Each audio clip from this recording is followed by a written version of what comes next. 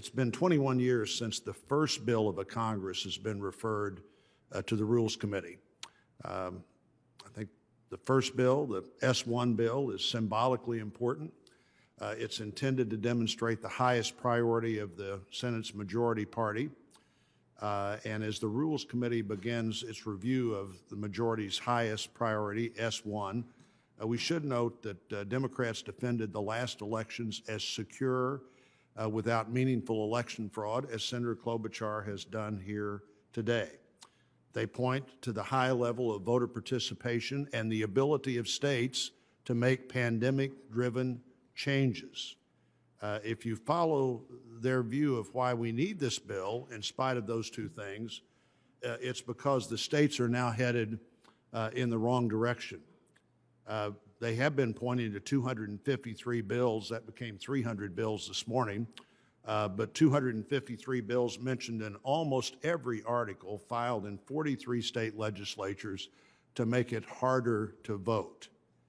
Now, nobody is a bigger expert on how you should conduct elections than politicians. When people come to see me who are with the airline industry, I say, okay, what you're going to find in Congress is everybody here thinks they are experts on two issues: elections and air travel. Elections are something that every state legislature thinks they're an expert on, and frankly, 6 or 7 bills filed in the average legislative session by Republicans and that many filed by Democrats would not be an unusual number at all.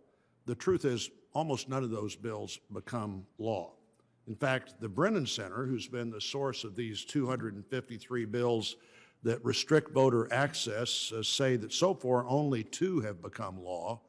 One bill in Arkansas further defines the implementation of photo ID requirements, and the other bill in Utah requires the lieutenant governor to send the Social Security list of deceased recipients to county clerks so that they can initiate the process of removing the names of dead people from the voter rolls.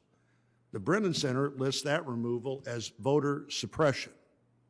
I think they also list the bill that Senator Klobuchar talked about in Kentucky as voter suppression because it takes the expansion that Kentucky made in the pandemic moment and then institutes the best of that expansion as part of permanent law.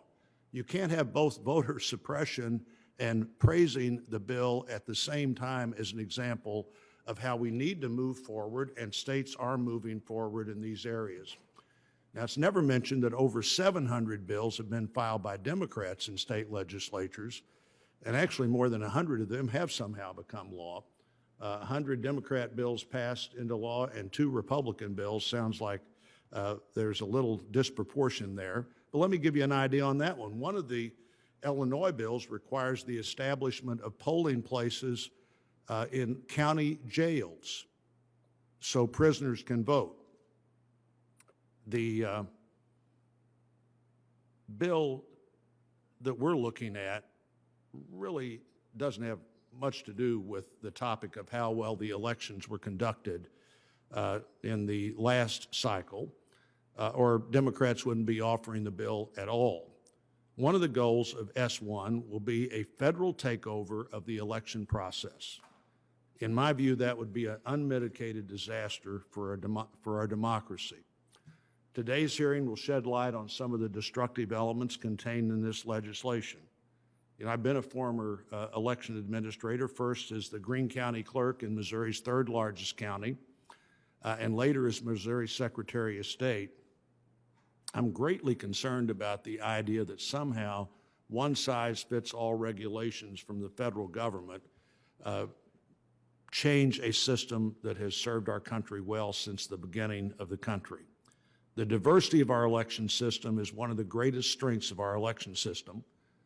You all have become perhaps tired of me consistently quoting President Obama in 2016, who made that exact same observation.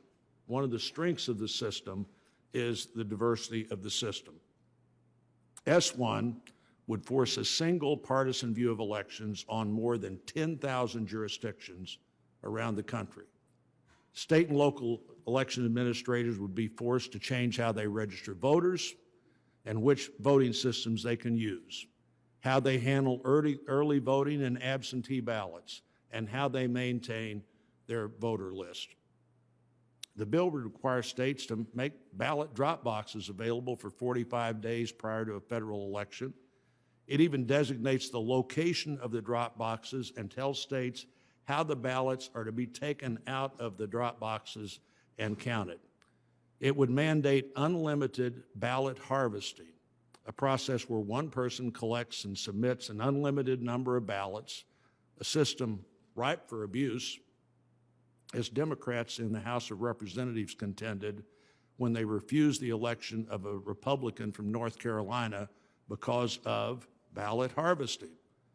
This bill would also require states to allow felons to vote in federal elections, and it does allow states that don't want to do that to have a separate set of voter registration lists, one for federal elections and one for other elections.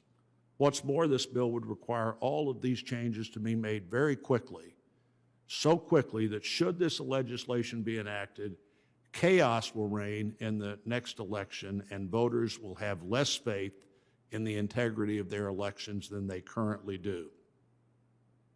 S1's path of destruction doesn't stop at election administration.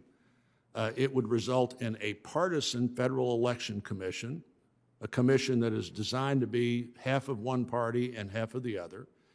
Federal monies would flow into campaign coffers at the rate of $6, $6 federal dollars for every dollar raised up to $200. $1,200 from the Treasury for $200 raised would be particularly helpful to candidates when they can pay themselves a salary to campaign, as this bill also allows. These are only a few of the things that people need to be aware of. I'm sure they'll be aware of much more by the end of this hearing. There are First Amendment issues, there are 10th Amendment issues, a federal takeover of congressional redistricting, a constitutional issue. And let me finally request that as a committee, we really work through this and other issues based on the principles of fair play. Now, as I said earlier, Senator Klobuchar and I have worked closely together for a long time, and we will continue to. But on this issue, the first time my staff saw a draft of this 818-page bill was March the 12th. After agreeing to the number of witnesses on March the 16th, we were informed at 6:18 p.m. on Thursday, March the 18th, that instead of having the 3 Democrat witnesses and 2 Republican witnesses we'd agreed to, there'd be 6 Democrat witnesses, and we could add our witnesses if we could find them over the weekend. This committee has a long tradition of respect for the minority party. I hope that custom will be restored. I'm glad to be joined by so many of our colleagues today, Chairman, Chairwoman, and look forward to the hearing.